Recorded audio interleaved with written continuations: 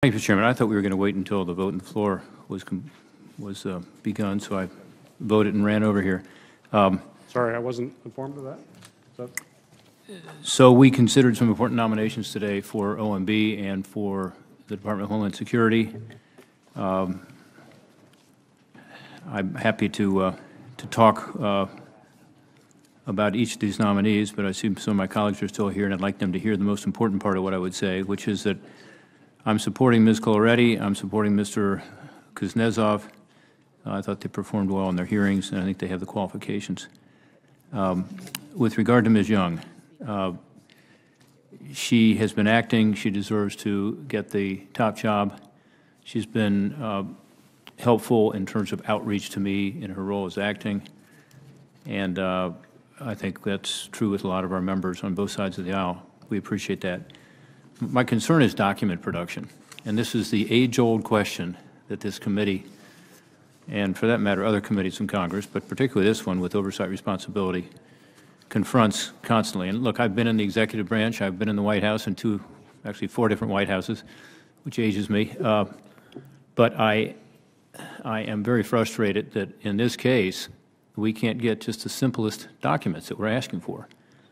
And I was given assurances a month ago during the hearing and in conversations with Ms. Young and Ms. Coloretti that we would get access to some of these documents.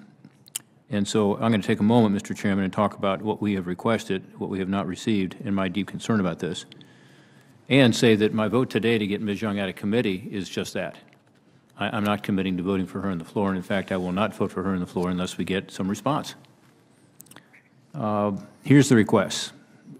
In particular, there are four of them. We've got a lot of requests into the administration, various departments and agencies, as you all know, and some of you have some of those requests with us. But Chairman Peters and I sent two letters, one to OMB, one to the Biden White House Coronavirus Response Coordinator, as part of our investigation, which is bipartisan, into the federal government's response to the COVID-19 crisis.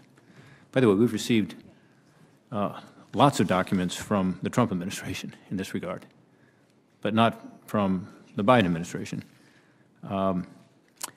So I will ask unanimous consent that the two letters be submitted, be inserted into the record, Mr. Chairman, from us to, again, one OMB, one to the White House Coronavirus Response Coordinator. Then in a separate oversight matter, on September 16th, 2021, we requested two national security documents, one from OMB and another from the National Security Council. I can't talk about those requests, but I can say we've received nothing with regard to the national security request. In terms of the request in COVID-19, we have not received a single page in response to our letter to the Biden White House Coronavirus Response Coordinator, not a single page. And that, again, goes back to a year ago, virtually, March 9th last year. In response to our letter to OMB on the same matter, we have received one production of documents last July and a few other documents late last month. In response to our requests, I had hoped we would get some documents by today's vote. In fact, I was